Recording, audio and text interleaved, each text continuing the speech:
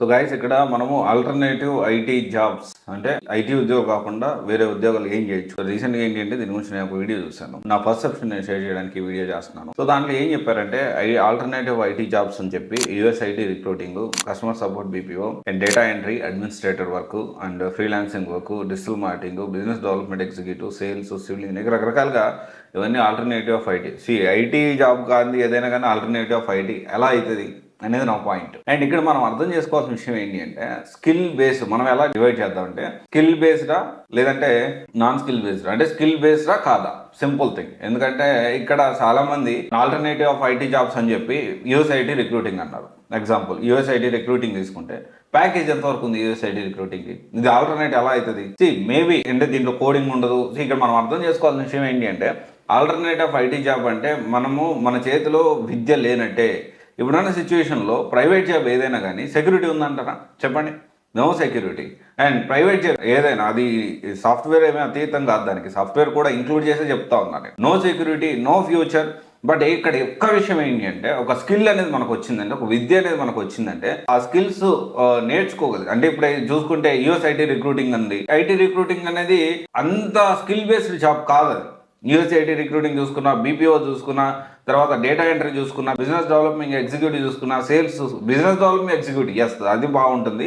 దాని గురించి అది ఖచ్చితంగా స్కిల్ బేస్డే, అది స్కిల్ బేస్డ్ కాదనడానికి లేదు. And definitely it is alternative of IT job కాదనట్లేదు.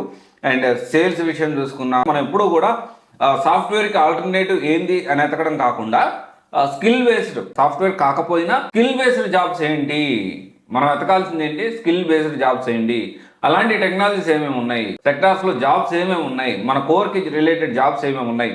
వి need to do proper research అనమాట ఈ విషయంలో. ఎందుకంటే సింపుల్ గా యూఎస్ ఐటీ రిక్రూటింగ్ అని లేకపోతే కస్టమర్ సపోర్ట్ ఎంత వస్తుంది ప్యాకేజ్? 5-6 లక్షలు కూడా రాదు. గట్టిగా 5-6 లక్షలతో ఇప్పుడున్న సిచ్యువేషన్ లో ఎంతవరకు దాన్ని మనం వర్కౌట్ చేయొచ్చు? ఇప్పుడు మన హైదరాబాద్ లో ఉన్నాము. ఇప్పుడు తక్కువలో తక్కువ 10,000 అయితే ఒక 2 BHK ఉంది. తక్కువలో తక్కువ చెప్తాను ఉంది.